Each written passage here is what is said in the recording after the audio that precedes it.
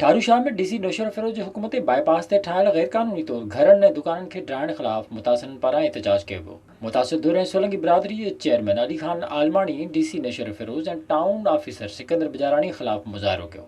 मुतासिर दुर मूशन सोलंगी ॿियनि मीडिया सां ॻाल्हाईंदे चयो त चेयरमैन अली खान आलमाणी डीसी नौशर फिरोज बिना नोटिस जे असांजे ज़ाती प्लाट ते ठाहियल घर ऐं दुकान ठाहिया आहिनि। संदन चवण हो त असां सां सियासी इंतकामी कार्रवाई कई पई वञे।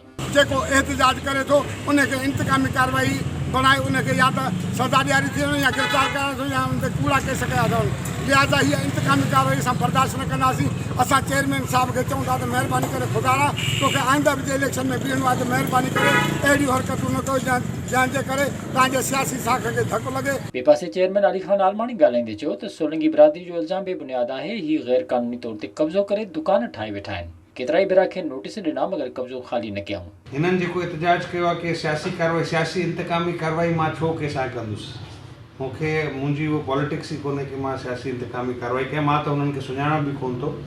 बल्कि अॼु मूं वटि शायदि 10/12/2018 जो लेटर पियो आहे जेको हिननि खे असिस्टेंट कमिश्नर साहिबु हिननि खे नोटिस कढियो जंहिंमें लिखियलु हो कि तव्हां पंहिंजी या त कागज़ ॾेखारियो या त जाइ खे ख़ाली कयो। हिन ॻाल्हि खे बि तक़रीबन मां सम्झां थो 11-12 महीना गुज़री विया आहिनि त हिननि शायदि सरकार खे कुझु सम्झो कोन हो। त ज़रूरु डीसी साहिबाननि तमामु सुठो अमल कयो आहे ऐं मां हिन ॻाल्हि जी बिल्कुलु छाजे करे जनाज़ेगाह जे अंदरि हू जाइ ठहियलु हुई ऐं रेवेन्यू वारा आया आहिनि कल्ह ई हुननि इंक्रोचमेंट जो ऑपरेशन कयो आहे ऐं सॼे शहर जो फ़ाइदो थींदो हिन खां। हुन चयो त डीसी ऐं एंटी इंक्रोचमेंट गॾिजी कब्ज़ो ख़तमु करायो आहे। कंहिंखे बि गैर कानूनी कब्ज़ा करण न ॾिना वेंदा।